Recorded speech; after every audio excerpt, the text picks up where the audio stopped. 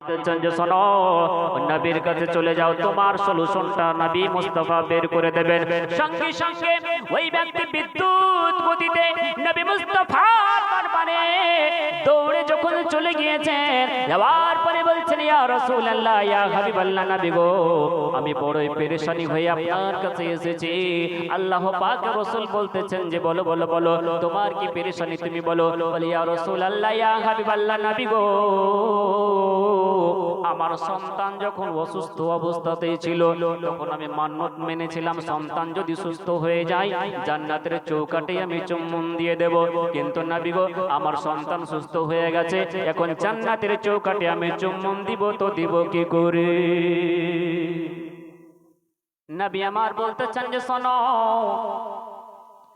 বাড়িতে চলে যাও, যাওয়ার পরে তোমার পিতা এবং মাতা যদি উভয়েই কেউ জীবিত অবস্থায় থাকে, তার কদমে গিয়ে চুম্বন দিয়ে দাও, মানে পায়ে গিয়ে চুম্বন দিয়ে দাও। জোরে বলুন সুবহানাল্লাহ।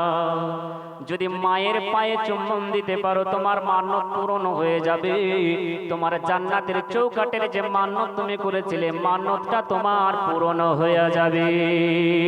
ওই ব্যক্তি আফসোস করে হাওমাও করে কান্না করে আর বলে, ইয়া রাসূলুল্লাহ, ইয়া হাবিবাল্লাহ, নবী গো, আমার মা জননী জীবিত অবস্থায় নাই, আমার মনে পড়ে না মা কবে ইন্তেকাল করেছেন, আমার আব্বা তারও কত আগে ইন্তেকাল করেছেন, এটা আমি জানি না। আল্লাহ পাক রাসূল বলছেন যে তোমার গ্রামের মধ্যে চলে যাও, যাওয়ার পরে তোমার গ্রামের সবথেকে যে বয়স্ক হয়তো তে বলতে পারবে তোমার মায়ের যে জায়গায় কবর দেওয়া আছে সেই জায়গাতে তুমি চলে যাও। তোমার মায়ের কবরখানাকে চিহ্নিত করো, মায়ের কবর যেখানে আছে পায়ের দিকে তুমি চুম্বন দিয়ে দেবে। তোমার জান্নাতের চৌকাঠে চুম্বন দেওয়ার মানতখানা পূরণ হয়ে যাবে। ওই ব্যক্তি আসার পরে বলেন, ইয়া রাসূলুল্লাহ, ইয়া হাবিবাল্লাহ, নবী গো,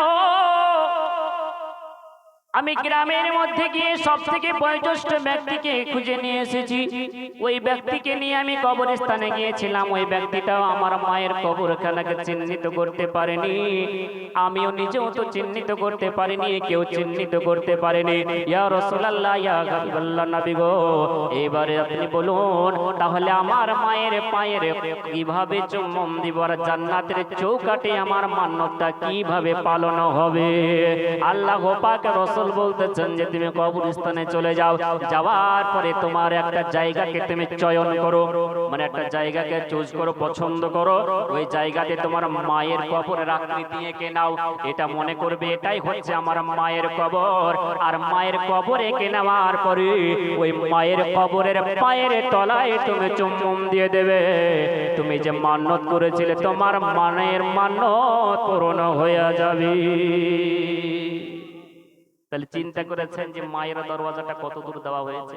তাই হাফেজ সাহেব জনাব তিনি তেনার মায়ের এই সালানা মাহফিল তিনি আয়োজন করেছেন, আর তার সঙ্গে সঙ্গে আজকের তারিখটাও হচ্ছে সাইয়্যিদনা ইমাম হুসাইন রাদিয়াল্লাহু তাআলা আনহুর যে করুণ ঘটনা ঘটেছে সেই সম্বন্ধেও কিন্তু এই আজকের তারিখটা খুবই গুরুত্বপূর্ণ।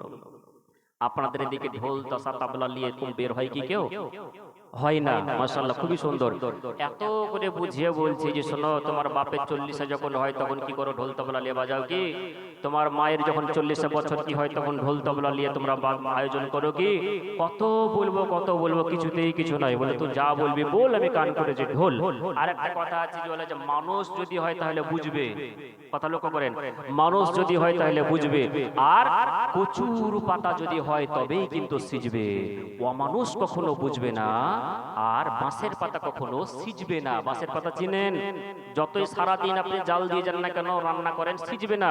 আর কচুর পাতা 5 মিনিটে সিদ্ধ হয়ে যাবে। তো যারা মানুষ হবে তারা অল্পতেই বুঝে যাবে, আর যারা অমানুষ হবে তারা বুঝবে না। তো তাদেরকে যতই আপনি বুঝান না কেন তারা কখনো বুঝবে না। তো এই দিনটাকে ওইভাবে পালন করতে হয় না, রোজা রাখতে হয়।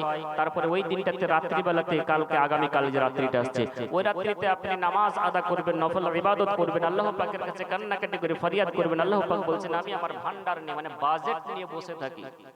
এই যে বাজেট পাস পেশ হলো কালকে, গতকালকে, শুনেছেন তো না? শুনেননি? এটা কি মানে আগামী 1 বছরে কি হবে? বাজেট হলো।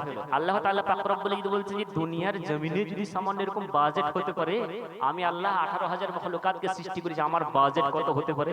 জোরে বলুন না সুবহানাল্লাহ। আমি আল্লাহ, আমি আমার বাজেট ভান্ডার নিয়ে বসে থাকি, চাওয়ার কেউ নাই, কেউ আমার কাছে থেকে চায় না, আমি কাকে দিব? তাই আমি কাউকে দেওয়ার মতো পাই না যে আমার কাছে কেউ চাইবে। আল্লাহুল গনিয়্যু ওয়া আনতুমুল ফুকারা।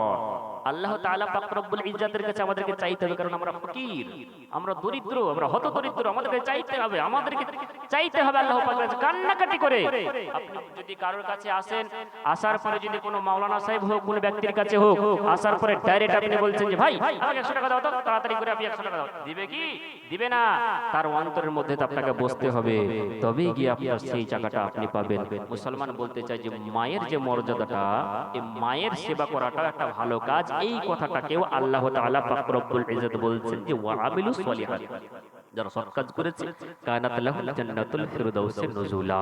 তো মুসলমান আমাদেরকে লক্ষ্য রাখতে হবে যে আমরা যেন মায়ের যারা জীবিত অবস্থাতে আছে সেই মাকে যেন আমরা কখনো ভুলে না যাই, ওই মাকে যখন আমরা কষ্ট না দিই। কেননা মা যদি নারাজ অবস্থাতে থাকে অবশ্যই কিন্তু আপনার জন্য জান্নাতের দরওয়াজাটা বন্ধ হয়ে যাবে।